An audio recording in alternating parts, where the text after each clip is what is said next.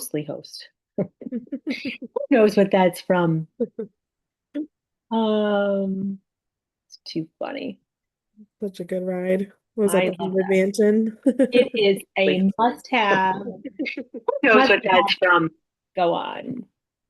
Too funny. But when I said I am your host, it's making me think of it. You're ghostly host, um, which is awesome. So we are joining today, it's 10 o'clock.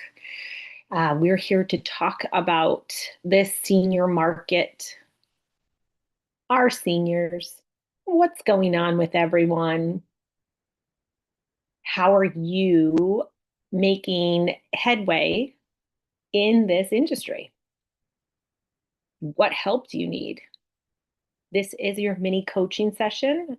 I'm one of your coaches, Felicia Saraceno, and I am here to answer your questions because as a former executive director and sales director for senior living in 2 states, it's really important that you pick my brain because I've been on the other side of the coin for what you're trying to break into. And this makes me very, very helpful as a coach and as a mentor for many folks um, because I'm a full time real estate agent in the senior niche. And I have a small team here down in Southwest Florida.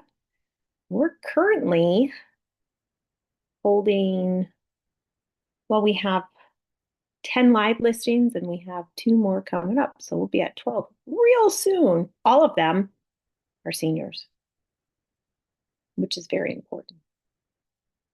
So tell me, for those of you who are on Zoom, tell me what's happening. Hi Tina, what are your success stories? What are questions you might want to ask me? This is interactive today.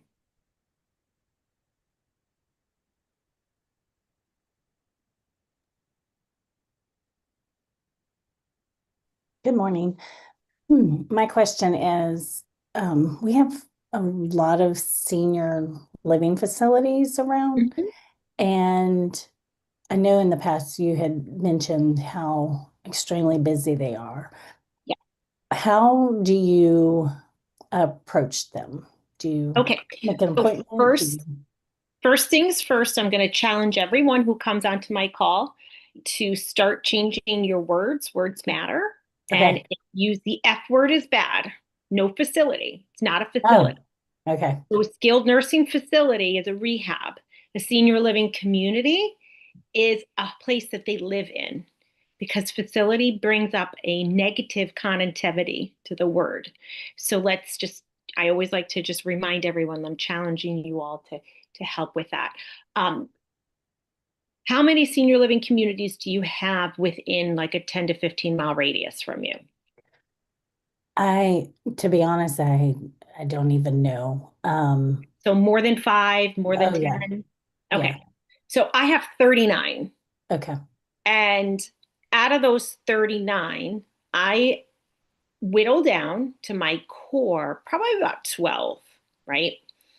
And I will, and when I was new to the industry, the best way to get on an even playing field, besides picking up the phone and calling them to say, hey, I'd like to do a professional tour, is to find some sort of an event that they will be at, a networking event, happy hour. A senior living industry is notorious for happy hours, after hours events, um, headshot events. I could name, Jessica, you can too. I could name so many of them. Lunches, networking. Like we have Marketing Mania breakfast. We have Naples Interagency lunch. Like find where you can attend one of these events. Once you're there and you're at an event that they are not hosting in a sense, or maybe they are hosting it, you come in on a level playing field. You're not someone who is um, bugging them like, hey, I want to have a tour, right? Because they don't know who you are. You're just someone on the phone. That's the best way to get on that even playing level field with everyone in the industry. And you have to go there with the intention of, I'm going to connect with 5 people that I want to do either an exploratory call with afterwards or coffee of some sort. You have to go there with a goal. And then when you start talking to people, especially if you don't know anyone, you're then going to ask them, well, who do you partner with for elder law? Who do you partner with for senior move manager? Who do you partner with for house cleaner? Whatever you need to round out your business, you're going to ask them. Like, oh my gosh, I'm so grateful that I had an opportunity to meet you. I am just building my business and building my core bod, and explain to them what that means and just say, there's a few companies that I need to round out. Like, who do you use? And make it so that it's in very easy conversation with them. I don't talk about myself at those events. I'm not there for that.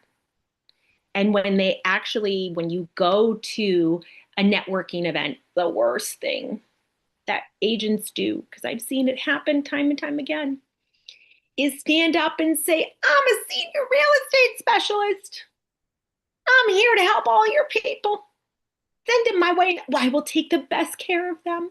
This industry means so much to me. No, no, no, no, no. That's a huge timeout. You're going to, if you are at an event where they ask you to stand up and give your elevator pitch, I say to them, hey, I'm Felicia Saraceno with Everyday Senior Home Team. I am here to get to know all of you. I can't wait to figure out who your top referral would be and how I can help bring you business. If I haven't met you at the end of this, I will be over by the door and I would love the opportunity to meet with you so I can help your business grow. You see the difference?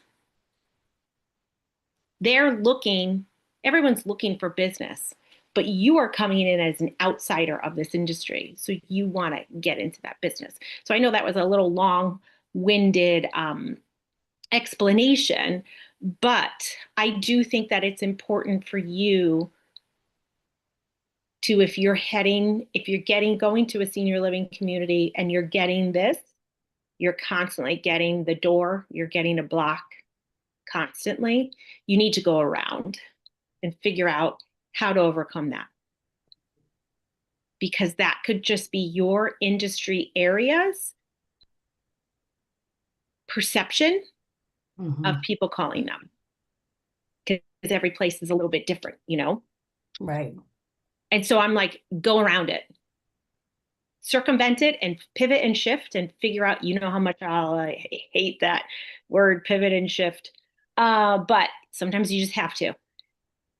So that is what I would do. And that is what I did when I came to Southwest Florida, almost 10 years ago now, because I came from a different state. No one knew who I was. So I think that it will really, really help you. And let me know how you do. I'll make sure to leave my info in the chat. So while I'm doing that, anyone else have an aha or a success story or a challenge that they want to talk about? So I just did that. I did a networking and event for a couple of the communities for senior living, and straight up did the elevator pitch. I'm a senior real estate agent. I totally did what you said, but I did connect. I found some success with one of the what are the transition people. So they're the people that come in that help do some of the packing or the moving or just the extra. So I connected with one of the ladies. I sat at a table with not knowing anybody, and she ended up calling me, which was wonderful. So I was one of 2 agents that she called to she ended up being the advocate for the senior that had already gone to a community and then they were going to sell their house. And they had to, do the clean out. They had to sell the house and everything. And so I was one of 2 agents to do that.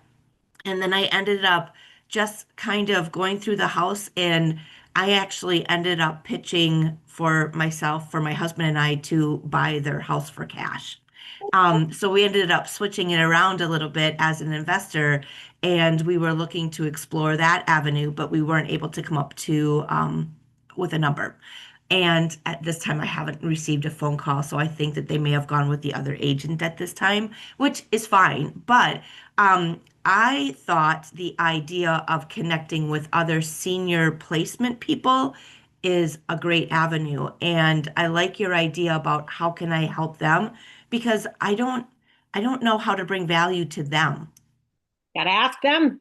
That's That's a your great. exploratory call. If you're on Mondays with Paul, he talks about how to do that call. Okay. Rhymes. But you have to ask them, and I said this last week and I'll repeat it again this week. If you don't know the top 3 questions that you need your partners to ask to give you money, you need to create them. That's your number one feeder source.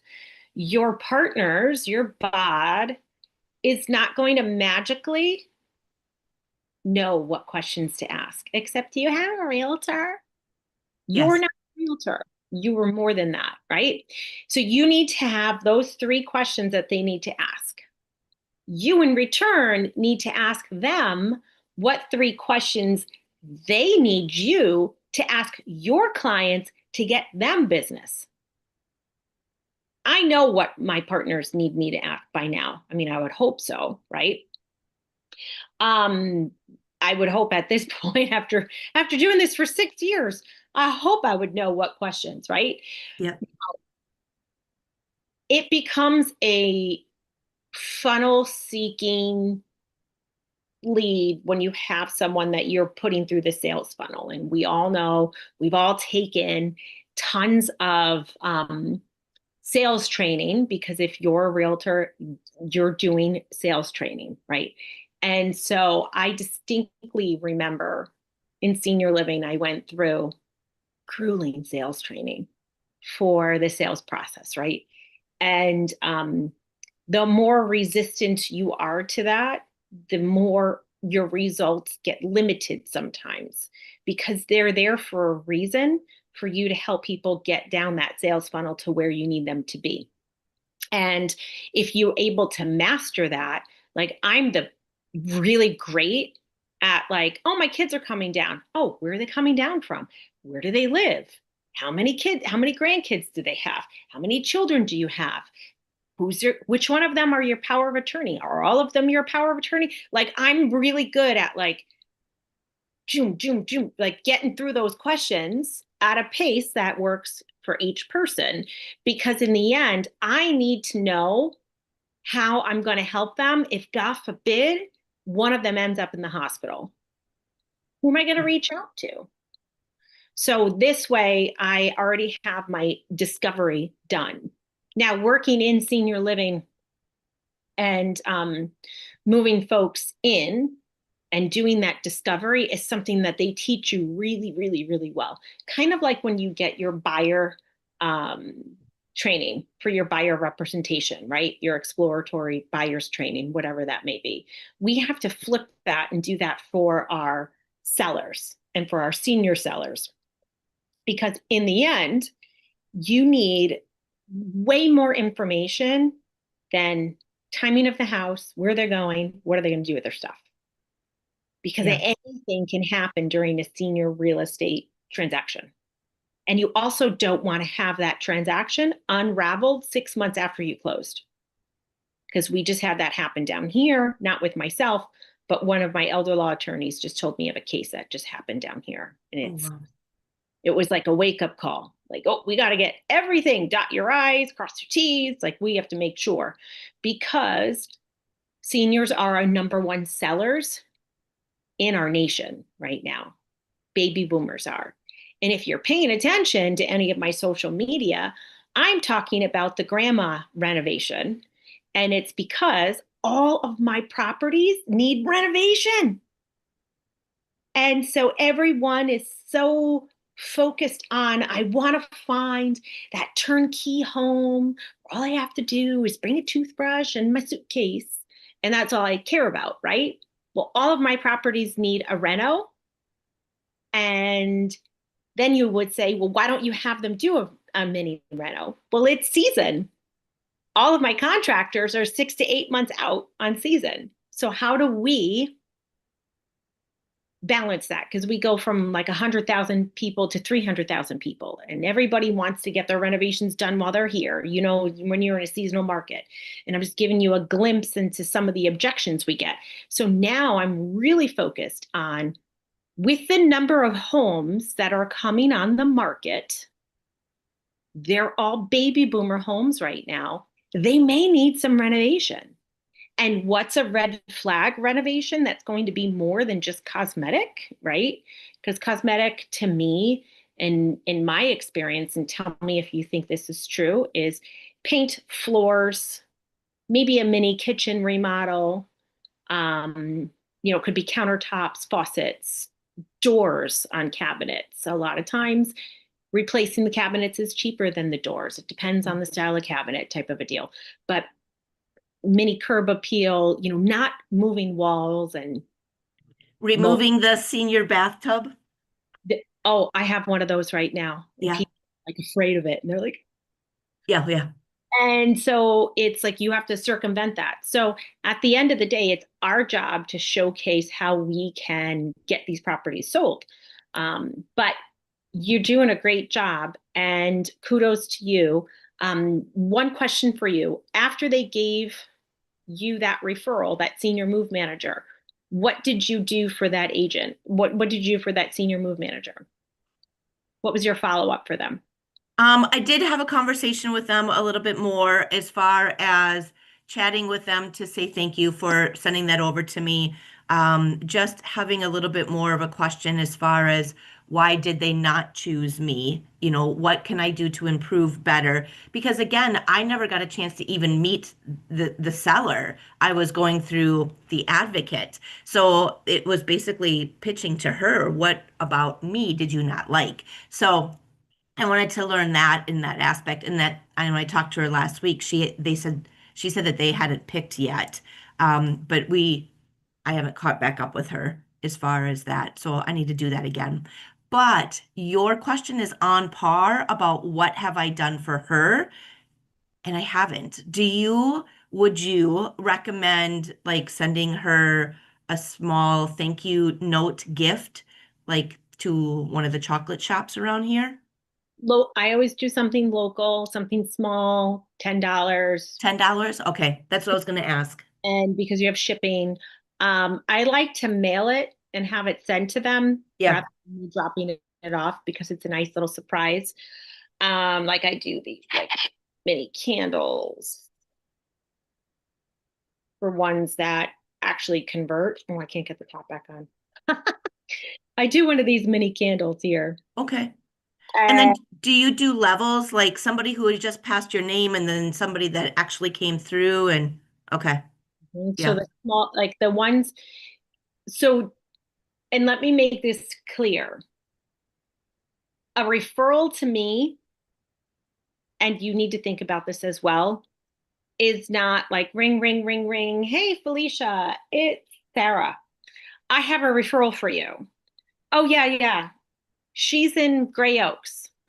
Yeah, she's getting ready to move. I'm moving her out next week, but she's interviewing realtors. So I gave her your number. Awesome. Yes. And I say, hey, what's her name? Oh, no, I'm not giving that to you. Oh, okay. What's their address? Oh, no, no, no, I can't give that to you. That's not a referral. Let's Okay. be really clear. That's not. That's somebody playing Google. Ah, yes. A referral is, hey, Felicia, it's Sarah. I'm moving these people out next week. They live in Gray Oaks. Her name is Kendra Scott. She lives at 123 Bourne Street, and she's getting ready to move. She's seriously interviewing agents. I'd love for you to connect with her. How do you want me to proceed? Oh, okay. That is a referral. Because here's the deal. I could go and say, hey, I was sitting at Lemoncello's bar the other day and I was talking to these people and they told me they were going to move and I gave them your name, move manager. Yeah. That's ridiculous. If you are a true partner, you will show them and explain to them how you expect to be treated and introduced to new clients. Ah, that's a good point. Is it text, email, or conference call? Because Okay. everyone's a little different, right? Some of my seniors are still tech savvy and they're like, yeah, do a text intro. Some like email. Some don't like any tech at all. And so we do a joint conference call. It's Perfect. the next level of expectation. But if someone has a seat at your table on your bod, they better know how to introduce you. Because at the end of the day, hey, I gave your name to Susie Q. How am I going to track that? Right. That's not a referral. And so when people do say that to me, say, okay, great. I understand that they want privacy, but here's my business model. That doesn't work for me. I'm really busy and I get several phone calls a day, minus the spam calls, about 25 a day I get. But I want to be prepared that when Mr. Smith calls me, I know exactly who he is and I can answer the phone with confidence and not let it go to voicemail because of so many spam calls that I get and say, oh my gosh, Mr. Smith, I'm so happy. Sarah told me that you were going to be calling me. Right. And I am so grateful that we have the opportunity to connect because if they still want some privacy, I completely understand that. But I need to know their name. I need to know their phone number, and I promise not to call them. It's because I don't want to be caught off guard. Correct. If I showed you how many phone calls I get a day, you would be like, I don't answer the phone if I don't know the phone number. Right. I can't because have you updated your Google Voice yet? Are you showing up on Google every day? That's constant until 10 o'clock at night, even though I'm on do not call registry. So when we are working in this industry, you have to have that expectations conversation. And if you haven't had it, you need to say, let's sit and have some coffee, because this is better if done over coffee than a Zoom or a phone call. When you've already established a relationship and it's just not going in the direction that you want it to go in, you say, let's sit and have coffee and let them know. I get a lot of referrals every day, but I want to make sure that yours have white glove concierge service because that's what I like to do for my clients. Let's talk about this and let's make sure that we are on the same page and then explain to them the rules of engagement. And you have to lay out everything that I just said to them. And I understand that they want privacy. I want to be prepared when they call. This is how I get fed. This is how I feed my family. Sound familiar Yeah. from another coach? But it works. And you set that expectation. Now, there are times where I don't even have a chance for someone to say, hey, I referred John Doe to you. They're already called me. And they're like, oh, Felicia, I got your phone number from XYZ Senior Living Community. And then as I'm on the phone with them, I get the text that comes through. Hey, I referred him. Let's talk about next steps. And I'm like, already on the phone with them. The ones that you like. But it depends on what everyone's sense of urgency is. But like I've had told you all before, on average, I get about 30 referrals a year from my bod. And they're all hot and warm leads. They're all people who need a realtor to help them sell. They have some challenges.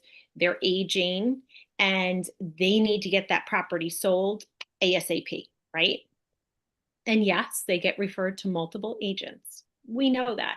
Take that and just go, doesn't matter. Okay. What you have to offer is always better. And as long as you have that down pat and you're not caught off guard, you'll ace that phone call. But nothing's worse than being caught off guard and getting like 5 calls in a row that are spam. And then when they call and you're like, now I got to like reframe, right? Nothing's worse than that because then you don't start off on the right foot. Correct. Push my folks and say, I love it. I just got one the other day. I love it. I know you don't want to give me their information, but what's their name? Okay, they live in Audubon. Okay, great. Now I can narrow down a little bit more about the person, the lifestyle that they have, and how I can help them. Is it a luxury home? Is it a condo? You know, how are we going to help them through this market? So I love that. And I'm sorry, my explanations are really long today, That's okay. It was perfect. but it's important for us to just keep pushing and honing in. You don't want to be sending out referral gifts to 100 people every month. It could be costly, right? Yes. Of course, we all would say, I would gladly reach 100 people to give referrals to when I get them, right? But that's infrastructure and teams, and how are we going to manage that? Because that's something to be managed. But I'm trying to give you some basics that will help you be able to run this business like a champ. Love it. So how's everyone else doing? Lori, it's good to see you. It's been a while. Yeah, I've been following you on all of your trips around the world. I love it. Yeah, that's why it's been a while. I know, but I Time to hunker down. know. So you could go on those trips. Yes, exactly. So I have a couple things. I've had some successes, and next week, just so for those that get discouraged that you're not getting the referrals, I teach a bunch of classes, and one of the clients that's listing next week, they went to one of my classes a year and a half ago. And I went out there and they've been getting their house ready for a year. So it's finally going on next week. And I did another class and the same thing happened. So it works. And if anyone wants to know what classes those are, Yes. they're very effective. And I'm not competing with anyone. They I just automatically, because I'll talk to them immediately, talk about staging and photos, and all of a sudden they're just okay. And then it's, by the way, what is your compensation? So that comes in completely last.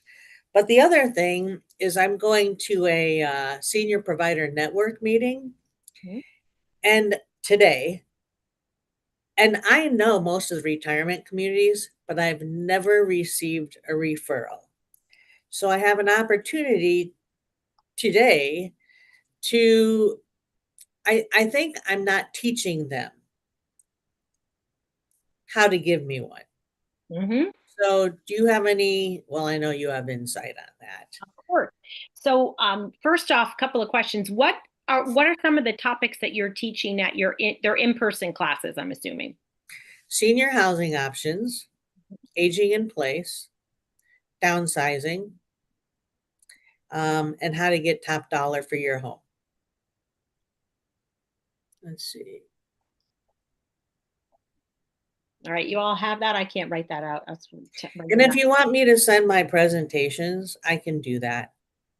Yeah, we can talk about that, Lori, afterwards too, and like be able to share them as a resource on the member page. Absolutely. So when you get really good at education, and I've been down this road before, so I know exactly where you are. For the first 3 years of me being in real estate and senior focused, I was really good at education, and everyone kept coming to me, but my partners weren't referring to me. I was the resource, and they would call me up and say, hey, I have someone who has ALS. They're coming into town. I need a home care for them. Who should I use? Hey, I lost my job. Who's hiring right now? Who can help me? Who can help me with that? hey, I have to downsize. I don't know how to get rid of this. Do I just call St. Matt's, or should we have a junk service? And so all I was a phone directory. Mm-hmm. And you sound familiar to people? I was a phone directory, and Paul would yell at me. And so remember, Paul's been my coach for a long time. And I would be like, but I don't understand how to convert that. And he would give me a play-by-play on how to convert it. And I was resistant because, I'm a hard-headed Italian from. So, and I was like, what do you mean I'm not saying the right words, right? So when I started to craft my message with a simple call to action at the end, and I was able to tie it all together for, if you are someone has XYZ happening in their life, let's connect to see how I could help you. If you, I started doing, and I think Ashley's on here, I started doing at the end of every event, like a half a sheet of paper. So it was one sheet of paper cut in half. Tell me, oh, I'm zooming. Tell me, give me feedback for this event. And I had a list of questions to ask. What other courses or workshops would you be interested in having? Would you be interested in having a strategy session for your home for right now to help you make a decision? You have to shorten it. And then if they said yes, they had to leave their name and phone number, right? Because it was anonymous otherwise. And so when I started doing some call to actions, some marketing call to actions at the end of them, not just giving the referral source of it, right? Just the information, I should say. That's when it started to click. And then when I would go to the senior living company and say, great, we just hosted this. We had 45 people coming in, right? What are we going to do post-event to reach out to them so that we can still capture this audience and move them through the sales funnel? And I don't typically have that conversation prior, but if you haven't had it, it's okay. You can do it afterwards to say, hey, we just did this event. It was successful. This was our feedback. What are we doing now? When you have a captive audience, now you want to bring them back again. So how are they going to help get the word out? One of the things that I did in senior living to help my partners who presented with me was just a simple follow-up email. It wasn't anything pretty. It was just text. Thanks so much for showing up. Here were your presenters, and we'll make sure that you have all of their contact information. So if it was Lori, here's all her email, phone number, website. If it's a senior move manager, same thing. No logos. I mean, it was literally just text. And it was their responsibility to follow up again. But as the presenter, you should have that as part of your CRM, your database, and you have to drip on them. And if they unsubscribe, who cares? I've always have that built. Great. I weeded out the people who are not interested in what I have to offer. But as you're dripping on them, it has to be content of value. And it's not every week content. It would more or less be, every 2 weeks, once a month. You have to be giving them some sort of value so that they keep engaged, and then letting them know this is our next upcoming class. However, the biggest piece of this is you have to teach the senior living company how to give you a referral. And you have to ask them if they're willing to ask the 3 questions to help you get business. They're not used to it. Right. It's not part of their assessment. They're, when they go in and they have their discovery sheet and they're like, okay, where do they live? Do they have advance directives, power of attorney, funeral arrangements? Who are the power of attorney? Who are their kids? Where do they live? Like, they're asking all those. It's not on there. You have to ask them if they'll be willing to add it, because you're willing to add it for them. Right. So it takes both sides. And then this way, you're able to build that business even stronger. And Lori, where do you live? Rochester, Minnesota. Okay. So you're now out of winter season and you're going into the sunny, happy season, right? So Finally. I know you all have had a rough winter, but maybe come up with a guide. The top 10 things to do with your grandkids in Minnesota, Rochester, Minnesota, right? Or as the season comes around, because my hurricane season is coming up, here's my emergency preparedness. I go back to this all the time, but it works. And I tell you all because it does work. Emergency preparedness checklist with all the information on the back. Y'all can do this no matter where you live in the US. Get yours done, Lori, so that as you're doing your events, you can stick it in there as a handout for them. They'll keep it. Trust me, Mhm. all of the emergency contacts, like mine has the post office. I mean, things that you don't think of besides FEMA and whatnot. Who is the power company, the direct phone numbers for Xfinity, Comcast, all the things that you think you have on file, but you really don't. Mhm. And then a spot for who's your vet. And you put it in. Oh Lord, I have lots of text messages coming through. But at the end of the day, you're providing a resource. And once you get that resource done, that's where you pitch to them and say, would you include this in your move-in packet or your discovery packet, your brochure? I have a question. This just kind of triggered it. Right now, I have two e-newsletters. One's geared towards seniors, and the other one's my general sphere. Mm-hmm. I'm wondering if I should do a newsletter for my bods, a separate one. That's not a bad idea. That's not a bad idea. And so one of the things that I'm like very cognizant of is how much time all of this takes for you. But on your newsletter, do you highlight one of your bod members on each of them? I do not. I let them put an article in, or like, especially for insurance, these are the top things that are happening in insurance right now. This is what's happening and how you can downsize I let them give me the article. I read it. It's got to make relevant and sense. And I do to read, here's a little synopsis. To read more, go to their website directly to where that blog is posted, right? To highlight them. You can do something like that. Just make sure that you're not overwhelming yourself with a lot of admin work, because we still have to I send. hire someone to do it, the Oh, newsletters. good. I'm like, oh, you're She's fine. not going to be happy about it, but yeah, well, what I have done is I have a bunch of YouTube videos. I have Mhm. interviewed senior providers, anyone from retirement communities to foot care to uh, funeral preparation to you name it, the county.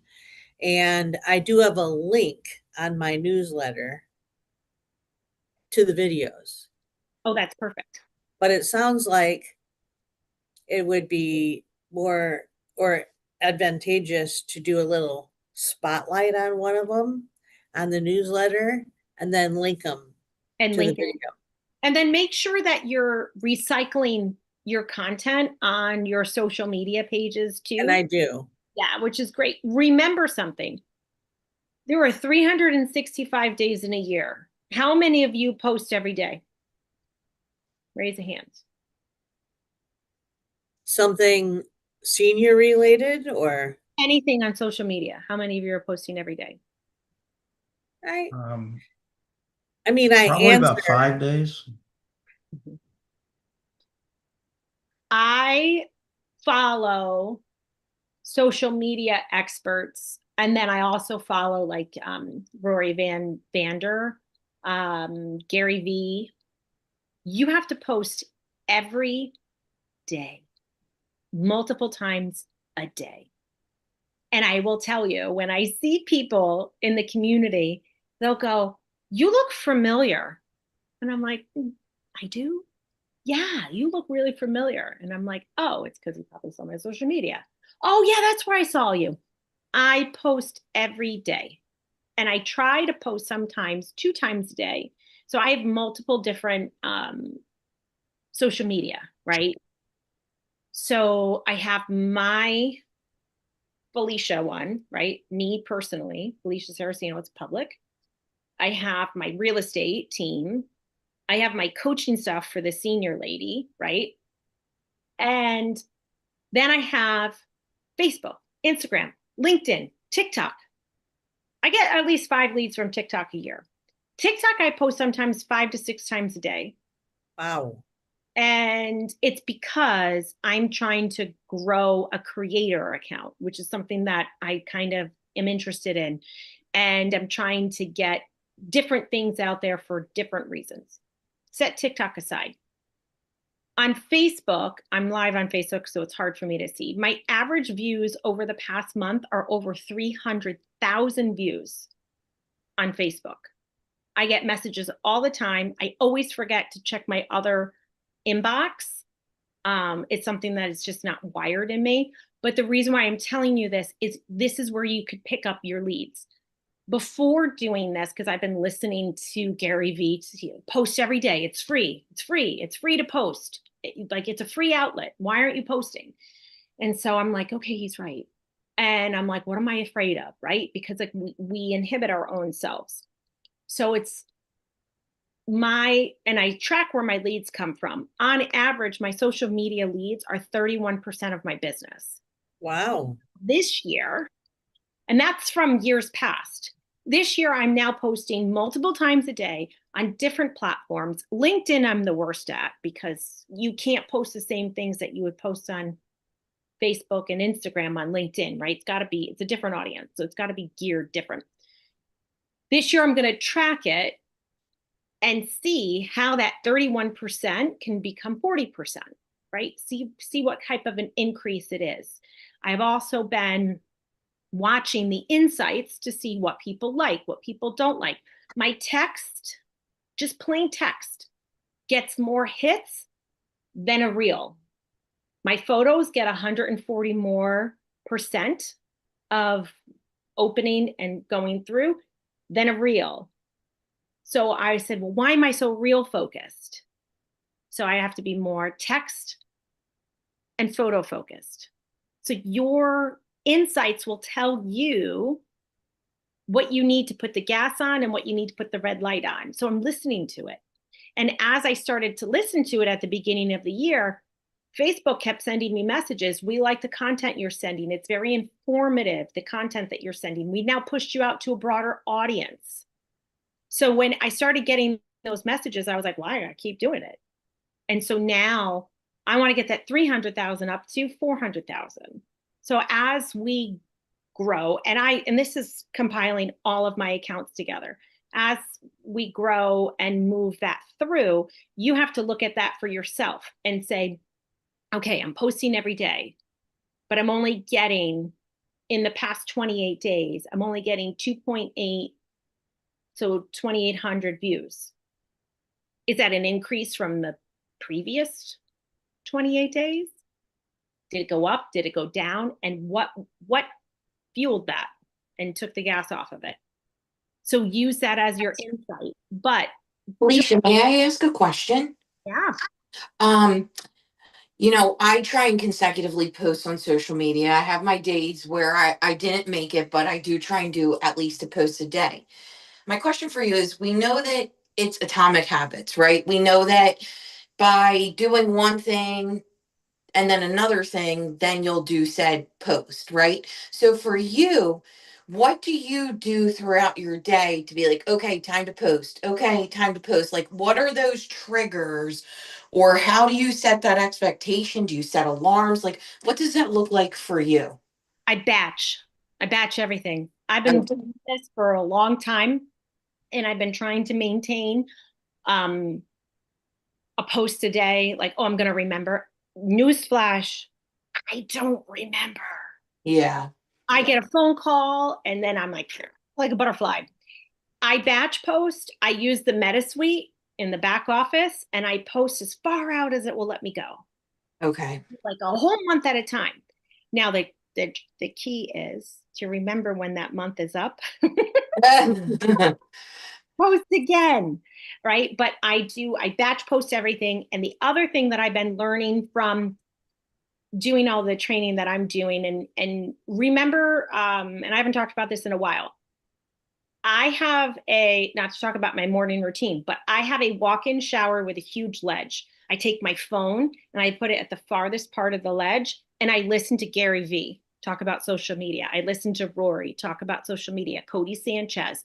I listen to Ed Milet, Marissa Peer. I've changed my mindset over the past 2 years because I spend that time in the morning because I got a lot of hair, friends. It takes me a long time in the shower. It's wasted time if I'm not listening to something. And it's become my morning routine. So I'm listening to things and I'm getting my mindset flowing in the morning when your brain is quiet. This is when the time is right. Then I take my phone as I'm getting ready, put it on my countertop.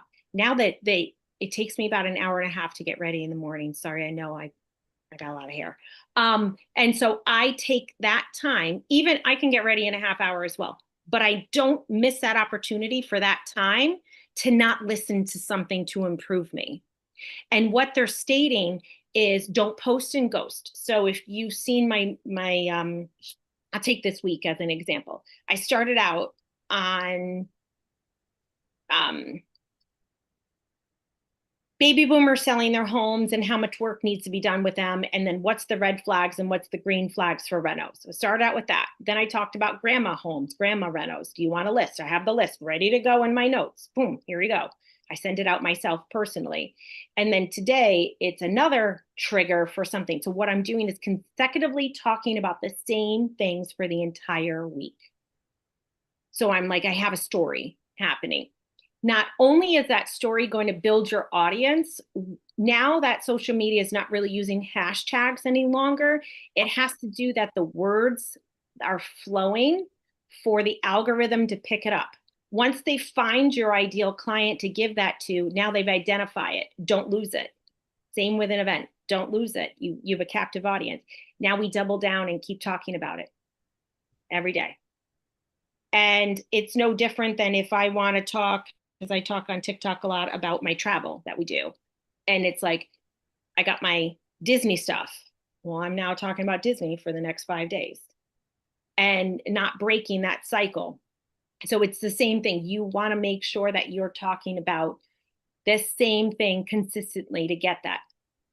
Now, when you post on TikTok, you cannot pre-post and schedule it, but you can put it in your drafts and have it ready to go. So it's just like click and go. So I've learned a little bit of how to do it. My morning time between 6 to about 7:30 is my social media time. It's me to also go on social media, engage, like as many, like if I'm on Instagram, I'm liking as many people as I can, typically around 10. I'm engaging with at least 5 of those 10 with comments more than 5 words or more. I'm also liking, sharing, and reposting their stuff. That helps you grow exponentially before you post something. Now, my posts go out between 7 and 8 in the morning. And then when I post just haphazardly myself, because I went to someone's home or did a quick walkthrough, I typically will post that after 6 p.m. And so those are on the fly. So I also do stuff on the fly, but I know in my head, my whole week's done. I don't have to worry about it because I've tried that everyday thing where, if you're part of Girls with Grit, I have my little checklist on what I have to do and who I have to call for my top, my spires, my sellers, my hots, all of that. And I was trying to say, put in there, post 1 social media every day. So I was like, oh, this is going to be easy peasy. I never did it. something always came up where I couldn't actually fulfill the commitment that I made to myself. And then later on, I would be like, well, darn, it's 9 o'clock at night. Who the hell's going to look at my post now? Same. Yeah, yeah, It yeah, happens. So yeah. what I do, and it has been successful for me. I still there's still hiccups that happen. It's not perfect, but being consistent and having that flow for your posting about the same thing going through is very helpful. Now, for those of you who are members, we do give you social media ideas to post. You can straight post them for what they are, or you could take them and create something from them. And so as we do this for you, it's something that, we never know. When is it World Diabetes Day? Is it OT month? National Doctors Day just passed March 30th. Those are types of things that we do so that you can keep those things top of mind. And then you can engage in the healthcare sector for that too, because you got to have a little bit of a mix, because that's what you're helping. You're helping people find their way and navigate their way through senior living. But, you all trying to post every day is great on the fly, but use the tools that are free. Meta's free right now. It's your Meta Suite. Does anyone need to know where that is? You want me to show you how to find that?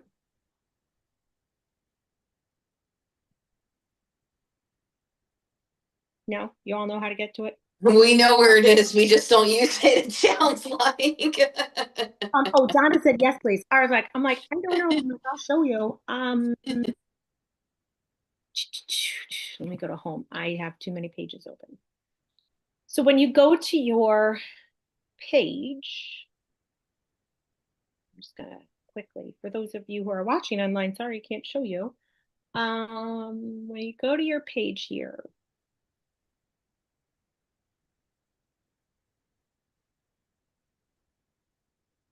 and on the left-hand side, it says Business Suite, Meta Business Suite. You're going to click on that. Y'all know how much my computer loves Zoom shares. Doesn't like to open them. When you come into here, you're going to go to your planner. And a calendar is going to pop up.